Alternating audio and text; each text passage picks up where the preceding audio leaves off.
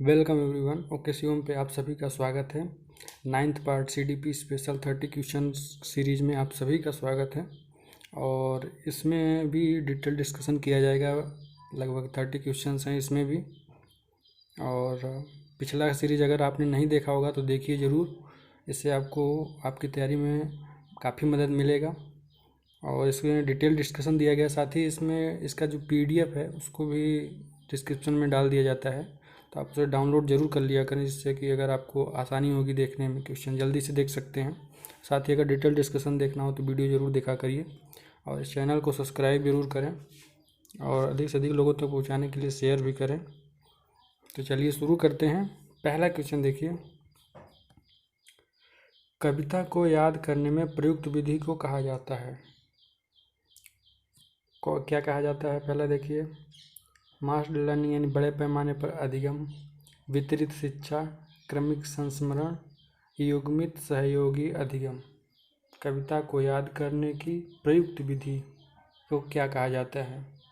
तो देखिए, इसका जो सीरियल मेमोराइजेशन यानी क्रमिक संस्मरण है, यानी कोई कविता क्रम से याद की जाती है, उसके बाद फिर ये क्रम, इस तरह से हमारे माइंड में एक सीक्वेंस बनता है और मेमोरी में स्टोर हो जाती है। इस तरह से इसका जो आंसर होगा पहले का, तो पहले का आंसर हो जाएगा थर्ड। क्वेश्चन नंबर सेकंड देखिए,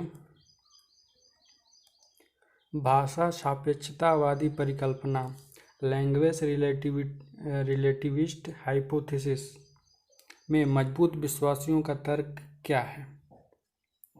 जो मजबूत विश्वासियों यानी स्ट्रॉन्ग बिलीवर्स हैं, वो क्या मानते हैं भाषा सापेक्षतावादी परिकल्पना को? पहला देखिए, भाषा बोध को निर्धारित करती है। भाषा बोध को निर्धारित करती है, डिटरमाइंस यानी परसेप्शंस को। भाषा विचार को निर्धारित करती है, यानी आपके थॉट्स को। भाषा स्मरण शक्ति को प्रभावित करती है, आपके मेमोरी को इन्फ्लुएंस करती है, या फिर भाषा विचार को प्रभावित करती है। लैंग्वेज इन्फ्लुएंस आपके थॉट को यानी विचार को। तो जो सेकंड का आंसर होगा, तो भाषा विचार को प्रभावित करती है। यह मजबूत विश्वासियों यानी स्ट्रांग बिलीवर्स का मानना है सापेक्षतावादी परिकल्पना के रूप में। सेकंड का आंसर जो हो जाएगा फोर्थ होगा। थर्ड देखिए, आप एक माँ को अपने बेटे राज से निपटने के लिए एक व्यवहार कार्यक्रम विकसित करने में मदद कर रहे हैं। राज को अपोजिशनल डिफेंट डिसऑर्डर, राज एक जो है तो उसको एक बीमारी है, मेंटल डिजीज है, जिसको बताया गया है अपोजिशनल डिफेंट डिसऑर्डर। निम्नलिखित में से कौन सा इस कार्यक्रम का सबसे महत्वपूर्ण घटक है? तो देखिए, ऑप्शन देखिए, स्ट्रिक्ट पेरेंटिंग यानी सख्त परवरिश, डिटेंशन यानी निरोध, या फिर पॉजिटिव रीइंफोर्समेंट यानी सकारात्मक सुदृढ़ीकरण, या फिर पनिशमेंट यानी सजा। तो देखिए, एक बार क्वेश्चन फिर से देख लीजिए कि आप क्या कर रहे हैं, एक व्यवहार कार्यक्रम विकसित करने में मदद कर रहे हैं। किसको? अपने बेटे राज से निपटने के लिए, किसी एक माँ को अपने बेटे राज से निपटने के लिए व्यवहार कार्यक्रम विकसित करने में मदद कर रहे हैं, और उसको यह बीमारी है जिसके प्रति वह पीड़ित है, उस बच्चा राज। तो उसका जो आंसर हो जाएगा पॉजिटिव रिइंफोर्समेंट। क्यों? अपोजिशनल डिफेंट डिसऑर्डर में क्या होता है कि बच्चा आज्ञाकारी नहीं होता है, बातों को ना मानना या फिर गलत तरीके से लेना या फिर उनका विरोध करना, ये होता है इसमें अपोजिशनल डिफेंट डिसऑर्डर। अपोजिशनल यानी विरोध करना, डिफेंड यानी डिफेंड करना, डिसऑर्डर यह एक रोग है। तो इसके प्रति आप उस बच्चे की माँ को मतलब उसके व्यवहार में विकसित करना चाहते हैं, तो इसके लिए क्या करेंगे? सकारात्मक सुदृढ़ीकरण, पॉजिटिव रिइंफोर्समेंट डेवलप करेंगे। इसका जो सबसे उपयुक्त आंसर होगा थर्ड हो जाएगा। फोर्थ देखिए, एक व्यक्ति जिसमें प्रेरक उपलब्धि की कमी है वह प्रदर्शित करेगा। प्रेरक उपलब्धि यानी मोटिवेशन अचीवमेंट की कमी है, यहाँ पे भी देखिए मोटिवेशन अचीवमेंट। तो क्या होगा ऑप्शन? सेल्फ एश्योरेंस यानी आत्म आश्वासन, या फिर निराशावाद, या फिर प्रैग्मेटिज्म यानी व्यवहारवाद, या फिर पॉजिटिव आउटलुक यानी सकारात्मक दृष्टिकोण। तो व्यक्ति के अंतर्गत प्रेरक उपलब्धि की कमी है यानी निराशावादी है वह, तो इसलिए उसका जो आंसर हो जाएगा पेसिमिज्म यानी निराशावाद। फोर्थ का आंसर सेकंड होगा। देखिए कितना इजी क्वेश्चन रखे हैं, बहुत ज़्यादा हार्ड भी नहीं है, एक एवरेज क्वेश्चन है। और अगर आपकी तैयारी भरपूर है तो आप इसको देख करके और भी सक्षम तरीके से कर सकते हैं। अधिक से इसमें 30 क्वेश्चन में आपका आ सकता है। देखिए किस तरह से MPPB का लेवल भी पता चल रहा है इससे। 5 देखिए, समावेशी शिक्षा योजना को किसके द्वारा पालन किया जाना चाहिए? Inclusive education. इंक्लूसिव एजुकेशन जो है किसके द्वारा पालन किया जाना चाहिए? रिकैपिटुलेशन यानी सार कथन के रूप में, इवैल्यूएशन यानी मूल्यांकन के रूप में, इम्प्लीमेंटेशन यानी कार्यान्वयन के रूप में, या फिर असेसमेंट यानी आकलन के रूप में। तो समावेशी शिक्षा में जो होता है पालन इम्प्लीमेंटेशन यानी कार्यान्वयन के रूप में किया जाता है। यहाँ पे आंसर हो जाएगा इम्प्लीमेंटेशन। 5 का आंसर 4 हो जाएगा। 6 देखिए, RTE अधिनियम किस वर्ष लागू किया गया था? Right to education. Right to education कब लागू किया गया था? 2010 में, 2008 में, 2011 में, 2009 में। तो भारत सरकार ने 2009 में सभी बच्चों के लिए अनिवार्य शिक्षा कक्षा 8 तक या 10 तक शायद किए थे, और इसको संविधान के आर्टिकल 21A में सम्मिलित किया गया था और इसको अनिवार्य बनाया गया था फ्री एजुकेशन के रूप में। राइट टू एजुकेशन एक अधिनियम लाया गया था, तो यह 2009 में पारित किया गया था, RTE एक्ट 2009। 6 का आंसर 4। 7 देखिए, जय गणित में एक कमजोर छात्र है, निम्नलिखित में से कौन सा परीक्षण उपरोक्त कथन का सर्वोत्तम समर्थन करता है? गणित में एक कमजोर छात्र है और उसमें आपको बताना है कि कौन सा परीक्षण यानी टेस्ट उसको सर्वोत्तम समर्थन करेगा। इंटेलिजेंट टेस्ट यानी बुद्धि परीक्षण, एप्टीट्यूड टेस्ट यानी अभिवृत्ति परीक्षण, अचीवमेंट टेस्ट यानी उपलब्धि परीक्षण, स्किल बेस्ड टेस्ट यानी कौशल अधिगम आधारित परीक्षण। तो इसका जो आंसर हो जाएगा अचीवमेंट टेस्ट यानी उपलब्धि परीक्षण का सर्वोत्तम समर्थन करेगा ये जो परीक्षण है। तो बच्चे को अंक गणित में या गणित में कमज़ोर है तो उसको दिखाएगा। 7 का जो आंसर हो जाएगा 3rd।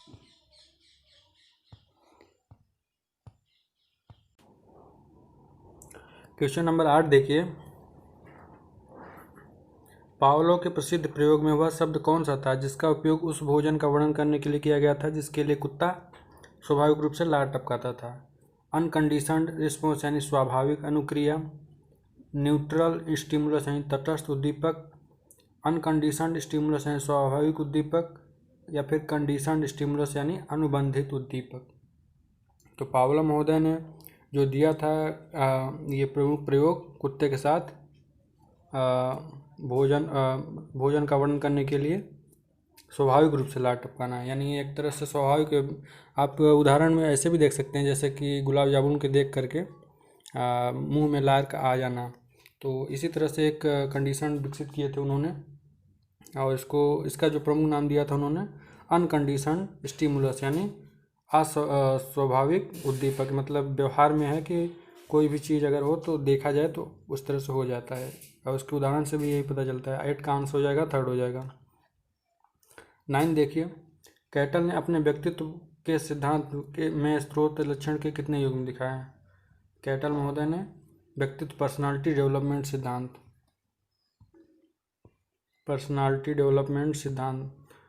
को 16 फैक्टर इन्होंने दिए थे।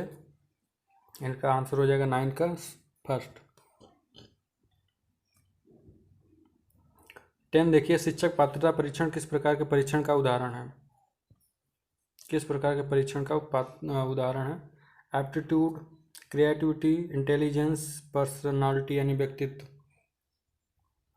तो देखिए अगर एमपी टेट, यहाँ पे टेट दिया भी है, teacher eligibility test, MP TET भी आप दे, जैसे आप लोग एमपी टेट देंगे तो उसमें देखिए आपका क्या देखना चाहते हैं सरकार या फिर जो रिक्रूट कर रहे हैं, रिक्रूटिंग बॉडी एमपीपीबी आपका क्या देखना चाहती है? तो आपके अंतर्गत एप्टीट्यूड होना चाहिए किसी उस क्षेत्र में। अभियोग्यता का मतलब है कि किसी विशेष क्षेत्र में आपके अंतर्गत उसके प्रति कार्य करने की क्षमता है कि नहीं। जैसे कि डॉक्टर के लिए एमबीबीएस रिक्वायरमेंट होता है, और वकील के लिए एलएलबी, एलएलएम जैसे चीज़ें, वैसे ही टीचर के लिए बीएड या फिर डीएलएड जैसे डिप्लोमा की ज़रूरत होती है, और साथ में एक एप्टीट्यूड टेस्ट उनके अंतर्गत होना चाहिए। तो 10th का जो आंसर हो जाएगा फर्स्ट होगा। 11 देखिए, डॉट डॉट बच्चे के सामाजिक विकास को प्रभावित कर सकता है। ऐसा क्या चीज़ है जो बच्चे के सामाजिक विकास को प्रभावित कर सकता है? Asthma, chronic illness, allergic, eating habits. हालांकि ये इसमें जितने भी ऑप्शन दिए हैं सारे प्रभावित कर सकते हैं, बीमारी हैं, लेकिन सबसे ज़्यादा उपयुक्त कौन होगा? देखिए ये जो बीमारियां हैं तो ये ठीक भी हो जा सकती हैं डॉक्टर या फिर किसी, और इसमें जो है तो ये बीमारी नहीं है, एक तरह से आदत है, बैड हैबिट, जैसे कि शराब, अल्कोहल, ये सब चीज़ें का प्रयोग ही सामाजिक जो है तो विकास को प्रभावित करता है। गलत संगत, गलत धारणा, गलत विचार की ओर ले जाता है। 11th का जो आंसर हो जाएगा तो सेकेंड नंबर होगा। 12 देखिए, अधिगम के एक अनुकूल वातावरण में डॉट डॉट के अलावा निम्नलिखित विशेषताएं उपस्थित हैं। तो अधिगम का एक अनुकूल वातावरण है तो इसके किसके अलावा सारे जो ऑप्शन है उपस्थित हैं। शिक्षार्थी को स्वायत्तता यानी लर्नर ऑटोनॉमी, मल्टीडिसिप्लिनरी अप्रोच यानी बहुविषयक दृष्टिकोण, टीचर मॉनिटरिंग यानी शिक्षक की निगरानी, फ्लेक्सिबल प्रोसेस यानी लचीली प्रक्रिया। तो देखिए अधिगम का अनुकूल वातावरण होगा यानी वहाँ पे दो प्रकार के अधिगम होता है, टीचर सेंटर्ड और चाइल्ड सेंटर एजुकेशन। तो इसमें अधिगम का अनुकूल वातावरण होना है, चाइल्ड सेंटर एजुकेशन को प्रेफर करेगा। चाइल्ड सेंटर एजुकेशन में क्या होता है आपको पता है, बच्चा केंद्रित जो है, शिक्षार्थी को स्वायत्तता ये भी होगा, बहुविषयक दृष्टिकोण यानी मल्टीडिसिप्लिनरी अप्रोच ये भी होगा, शिक्षक की निगरानी ये देखिए चाइल्ड सेंटर एजुकेशन में नहीं होगा, यहाँ पे टीचर सेंटर एजुकेशन आ जाएगा। लचीली प्रक्रिया यानी फ्लेक्सिबल, जो भी बच्चा चाहे कर सके, जो भी जिस तरीके से पढ़ना चाहे पढ़ सके, किसी भी मेथड को उपयोग कर सके, इसलिए इसका जो आंसर हो जाएगा थर्ड नंबर होगा। थर्ड नंबर टीचर सेंटर्ड को प्रेफर करता है। 12th का थर्ड होगा आंसर। थर्ड देखिए, 13 देखिए, किसी भाषा में अर्थ को दर्शाने वाली सबसे छोटी यूनिट, सबसे छोटी इकाई को क्या कहा जाता है? किसी भी भाषा में अर्थ को दर्शाने की सबसे छोटी यूनिट को क्या कहा जाता है? तो फोनीम यानी फोनीम या सोनीम उसको बोलते हैं, या फिर सिंटेक्स यानी वाक्य विन्यास, वर्ड या फिर मॉर्फिम। तो ये एक क्वेश्चन लगभग हर एक पेपर में इन्होंने पूछा है, पिछले पेपर में वर्ग 1 वर्ग 2 के सीडीपी में, और इसमें इसको ध्यान रखिएगा। फोनीम यानी किसी भी वर्ड का पहला अक्षर, जैसे कि कार है तो इसको बोलने के लिए जो भी आप लोग शब्द उपयोग करेंगे जैसे सी, तो इस वाले अर्थ को जो दर्शाएगा ये फोनीम दर्शाता है। जबकि सिंटेक्स यानी वाक्य विन्यास किसी भी वाक्य के अर्थ को दर्शाता है, जैसे ये वाक्य है पूरा, इन सब ये पूरे एक लाइन परिभाषा इन एक एक वाक्यों के अर्थ को दर्शाएगा। और वर्ड यानी शब्द, तो शब्द आपको पता है ये शब्द हैं, लेकिन यहाँ पे सब पूछा क्या है, सबसे छोटी यूनिट कौन सी है अर्थ को दर्शाने के लिए? तो मॉर्फिम जो होता है तो किसी भाषा में अर्थ को दर्शाने की सबसे छोटी यूनिट होती है। 13 का जो आंसर हो जाएगा फोर्थ होगा। 14 देखिए, निम्नलिखित में से कौन सा कथन कक्षा अभ्यास में आंतरिक प्रेरणा को सबसे अच्छी तरह वर्णित करता है? आंतरिक प्रेरणा, पहला, शिक्षक स्वायत्तता को प्रोत्साहित करता है और शिक्षार्थियों को उनके लक्ष्यों तक पहुंचने के लिए विकल्प देता है। या तो देखिए ये यही होगा, आंतरिक प्रेरणा को डेवलप करने के लिए बोला है, शिक्षक स्वायत्तता को प्रोत्साहित करता है और शिक्षार्थियों को उनके लक्ष्यों तक पहुंचने के लिए विकल्प देता है। और भी देखिए, शिक्षक बच्चे के काम की सराहना और प्रशंसा करता है, ये भी होगा। शिक्षक नाश्ता और पानी के लिए छोटा ब्रेक देता है, ये तो बिल्कुल नहीं होगा। शिक्षक कार्य को पूरा करने के लिए नियम और शर्तें प्रदान करता है, तो ये तो रूट लर्निंग हो गया एक तरह से, ये भी नहीं होगा।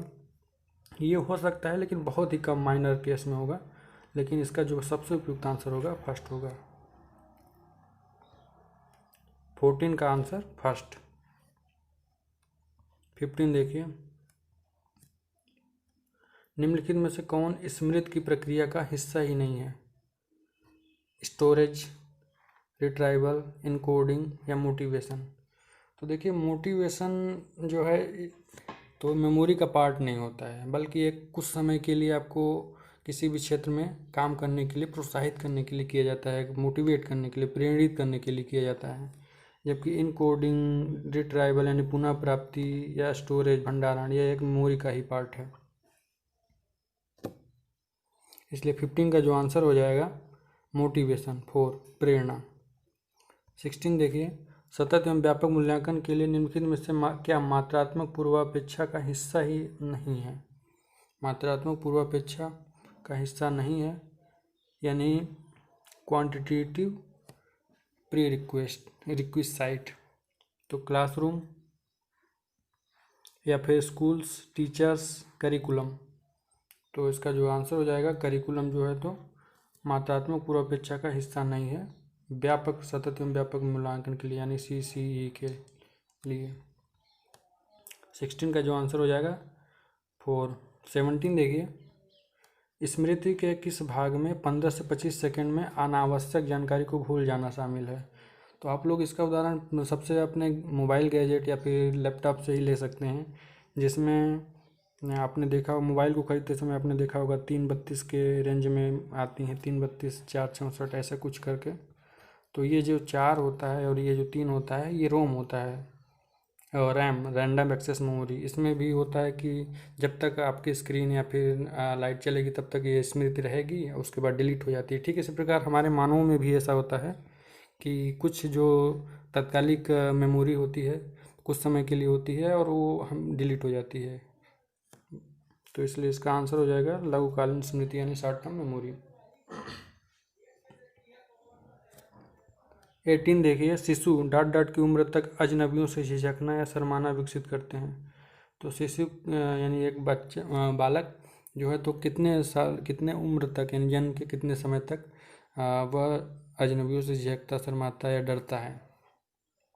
3 मंथ, 1 साल या फिर 9 महीने या फिर 6 महीने। तो जन्म से लेकर के 6 महीने तक बच्चा अजनबियों से झिझकता या डरता है, फिर उसके बाद धीरे धीरे वो व्यवहार में आ जाता है और उनसे डरना छोड़ के उनमें शामिल हो जाता है, यानी उससे डर खत्म हो जाता है। 18 का जो आंसर हो जाएगा 4। 19 देखिए, निगमनात्मक विधि किस प्रकार की होती है? एग्जाम्पल टू इल्यूस्ट्रेशन यानी उदाहरणों से दृष्टांत की ओर, कानून और नियमों से अवलोकन की ओर, सामान्यीकरण से विनिर्देश की ओर, अवलोकन से उदाहरण की ओर। देखिए इसमें 3 जो विकल्प दिए हैं 3 तो वो आपको आगमन के हैं, बाकी एक आगमन निगमन का। निगमन का देखिए सिंपल सा मेथड होता है, यहाँ पे ना लगा है तो नियम टू उदाहरण, अगर ऐसा रहे इसको ध्यान रखिएगा। और ये भी काफ़ी फेमस टॉपिक है, हमेशा ही किसी न किसी टेट में पूछता ही है। तो नियम से उदाहरण होगा तो निगमात्मक, बाकी जितने भी हैं फिर उदाहरण से नियम या फिर इस तरह से तो उसके लिए आगमन। तो उसमें देखिए ये उदाहरण से दृष्टांत की ओर तो ये आगमन हो जाएगा, कानून नियमों और अवलोकन की ओर तो ये निगमन हो गया। देखिए पहले कानून नियम आएगा उसके बाद अवलोकन, सामान्यीकरण से विनिर्देशों की ओर इसमें भी आगमन होगा, इंडक्टिव मेथड। अवलोकन से उदाहरण इसमें भी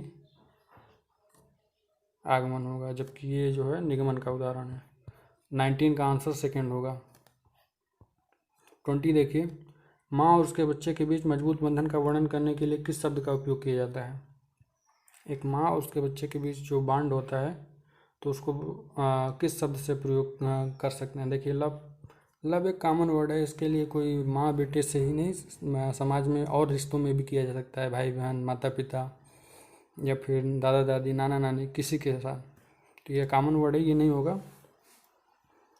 सिक्योरिटी, सुरक्षा, ये तो हो ही नहीं सकता। मातृत्व, हाँ ये है लेकिन ये बॉन्ड नहीं है, अटैचमेंट, ये होगा। ममत्व, आपने सुना भी होगा माँ और ममत्व होता है माताओं में। इस तरह से 20 का जो आंसर हो जाएगा 4 हो जाएगा। 21 देखिए, ट्रैफिक में नेविगेट करने की कोशिश करते समय किस प्रकार की बुद्धि का उपयोग किया जाता है। नेविगेट करना, इसलिए अगर आपको लोकल जानकारी प्राप्त है या फिर प्राप्त कर सकते हैं अपने गूगल मैप से, तो आप ट्रैफिक में नेविगेट कर सकते हैं। इसलिए इसका जो आंसर होगा देखिए, इंट्रापर्सनल इंटेलिजेंस, यानी अंतराव्यक्तिक बुद्धि की ज़रूरत ही नहीं होगी इतना ज़्यादा।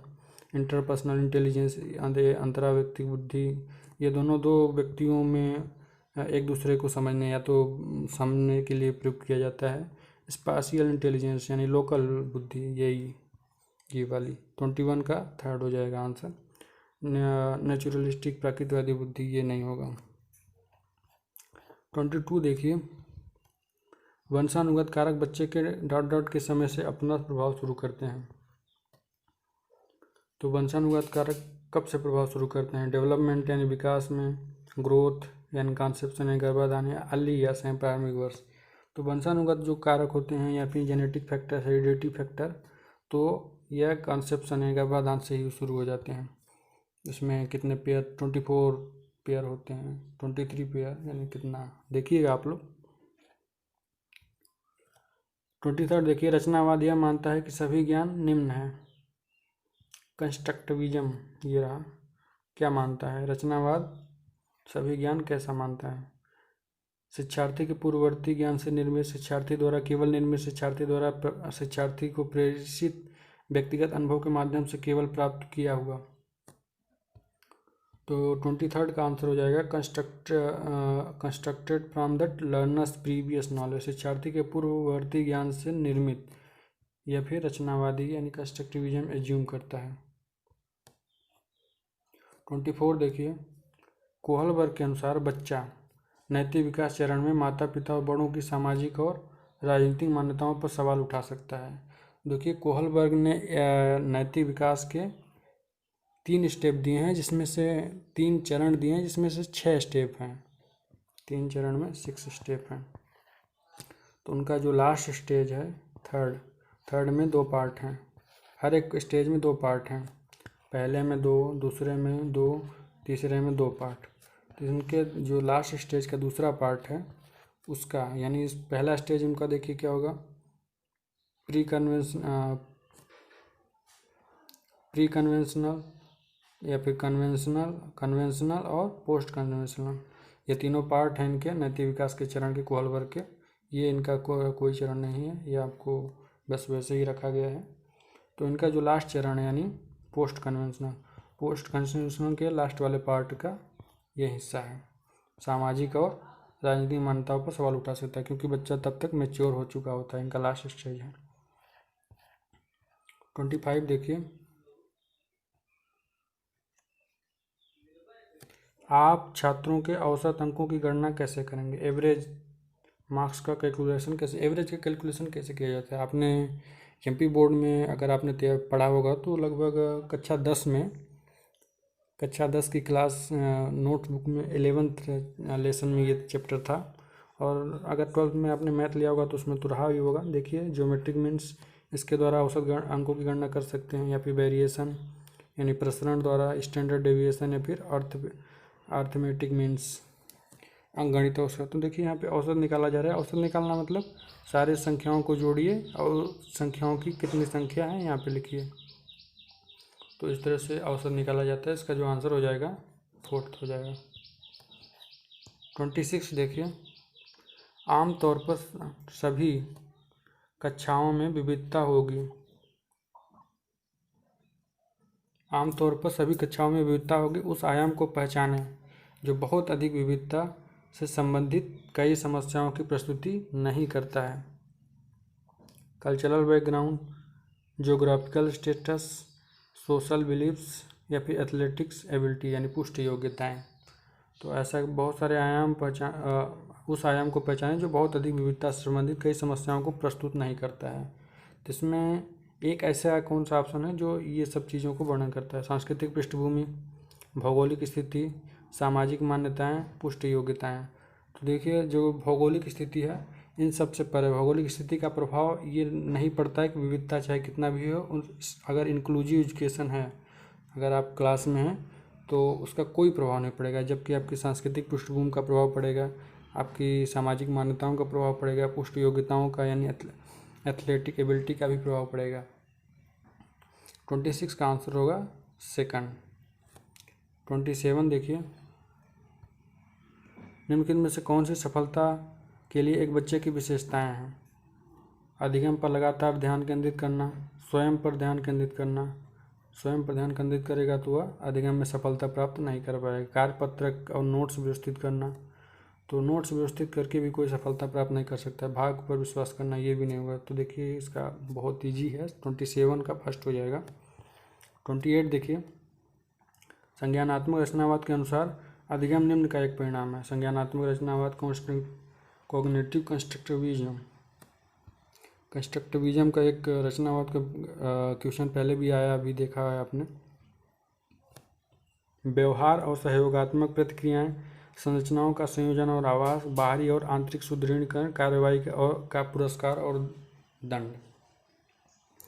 तो संरचनात्मक रचनावाद का जो आंसर हो जाएगा assimilation and accommodation of structure, यानी संरचनाओं का संयोजन और आवास। 28 का जो आंसर होगा सेकंड।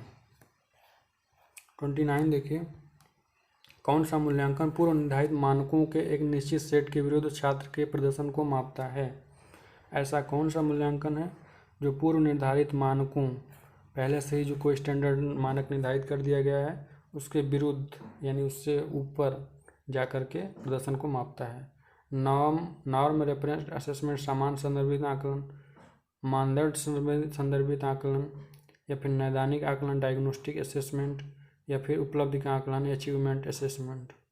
तो इसका जो आंसर हो जाएगा 29 का क्राइटेरियन रेफरेंस असेसमेंट, मानदंड संदर्भित आकलन। यह जो है एक आइडियल प्रोसेस होता है। आइडियल प्रोसेस मतलब पहले से जो स्टैंडर्ड आपने तय कर दिया है उससे भी ऊपर यह वैल्यू इनपुट करता है। 29 का सेकंड होगा। 13 देखिए,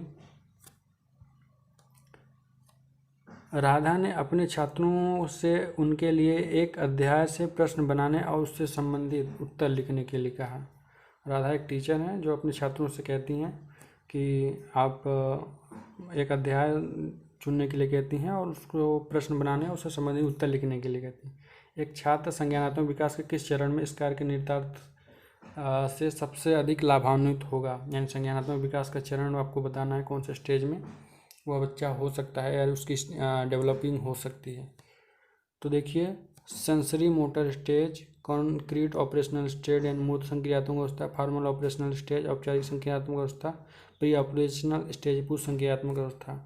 तो ये काफ़ी फेमस संज्ञानात्मक विकास का चरण है। किसने दिया है आपको बताना है, 1958 में इन्होंने दिया था और ये काफ़ी फेमस है। इनके नाम को आप कमेंट बॉक्स में लिखिएगा। तो इसका जो आंसर हो जाएगा तो औपचारिक फॉर्मल ऑपरेशनल स्टेज। जब बच्चा इस स्टेज में होता है तब वह अपने से प्रश्न बनाना, उससे संबंधित उत्तर लिखने के लिए कहा जा सकता है। यानी क्लास 6-7 में लगभग होगा, 6-7-8 में हो सकता है इस तरह का। किसने दिया था ये आपको कमेंट बॉक्स में ज़रूर बताइएगा, हम इसका आंसर नहीं बताएंगे। ये काफ़ी बार पेपर में, पिछले पेपर में भी आपने देखा होगा कि कई बार इसके क्वेश्चन पूछे हैं और मैंने बताया भी है। तो इस तरह से यह सीरीज़ यहीं पे समाप्त होती है। फिर मिलेंगे नई सीरीज़ के साथ, तब तक के लिए बहुत बहुत धन्यवाद। लाइक सब्सक्राइब जरूर करें और इस वीडियो को अधिक से अधिक लोगों तक शेयर भी करें। Thank you so much.